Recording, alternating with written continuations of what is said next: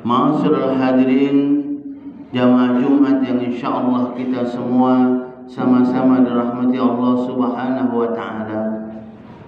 Mari selalu kita bersyukur kepada Allah Subhanahu wa taala atas nikmat yang telah diberikan kepada kita, di mana dengan nikmat tersebut alhamdulillah kita bisa bersama-sama bertaqarrub ila Allah, mendekatkan diri kita kepada Allah Subhanahu wa taala sebagai wujud syukur kita kepada Allah atas apa-apa yang telah diberikan kepada kita.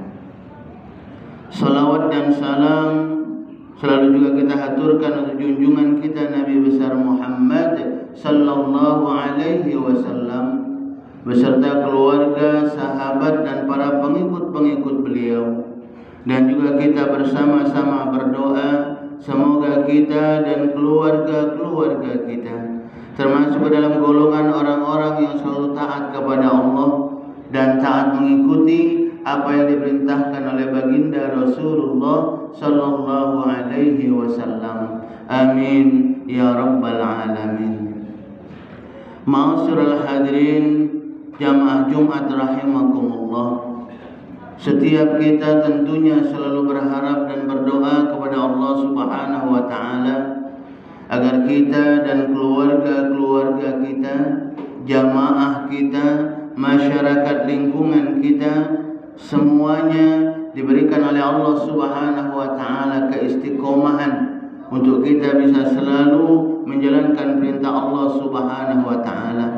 Keistiqomahan dalam kita beribadah kepada Allah Subhanahu wa taala dan juga keistiqomahan dalam kita melakukan amalan-amalan soleh, kebaikan-kebaikan kepada sesama manusia.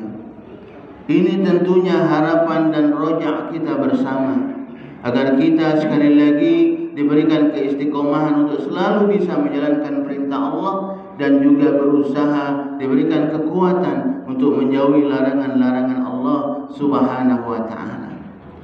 Karena memang ini merupakan amat sangat penting bagi diri kita. Kita sebagai seorang hamba tentunya selalu berharap dan berkeinginan agar kita ini mendapatkan selalu kebaikan dari Allah Subhanahu wa taala, mendapatkan rahmat dan ridha dari Allah Subhanahu wa taala, dan juga mendapatkan maghfirah selalu dari Allah Subhanahu wa taala. Itu tentunya harapan dan maunya kita semua.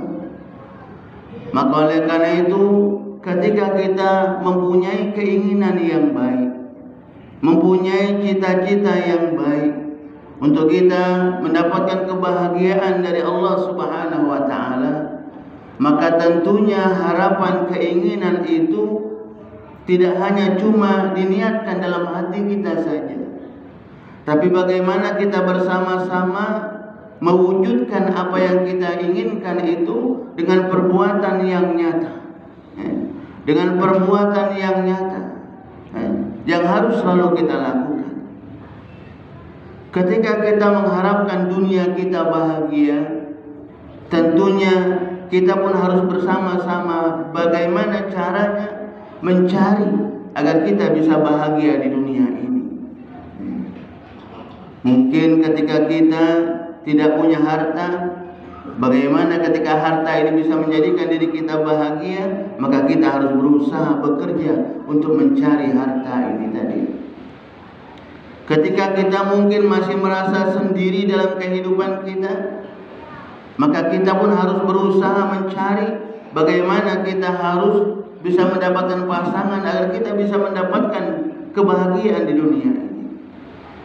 Begitu juga ketika kita berharap agar kita nanti mendapatkan kebahagiaan dari Allah Subhanahu wa taala, tatkala kita kembali nanti kepada Allah Subhanahu wa taala, maka kita sekali lagi harus memulai, harus melaksanakan apa yang Allah perintahkan kepada kita agar apa? Agar kita semua sekali lagi mendapatkan kebahagiaan dari Allah Subhanahu wa taala. Karena ini juga merupakan salah satu wujud syukur kita, wujud cinta kita ketika kita mengakui bahwasanya Allah Tuhan kita, Allah Rabb kita, Tuhan yang selalu kita sembah. Maka wujud kecintaan kita kepada Allah Subhanahu wa taala itu harus kita buktikan dengan amalan ibadah yang kita lakukan. Menjalankan apa yang Allah perintahkan kepada kita, sebagaimana dicontohkan oleh baginda Rasulullah sallallahu alaihi wasallam.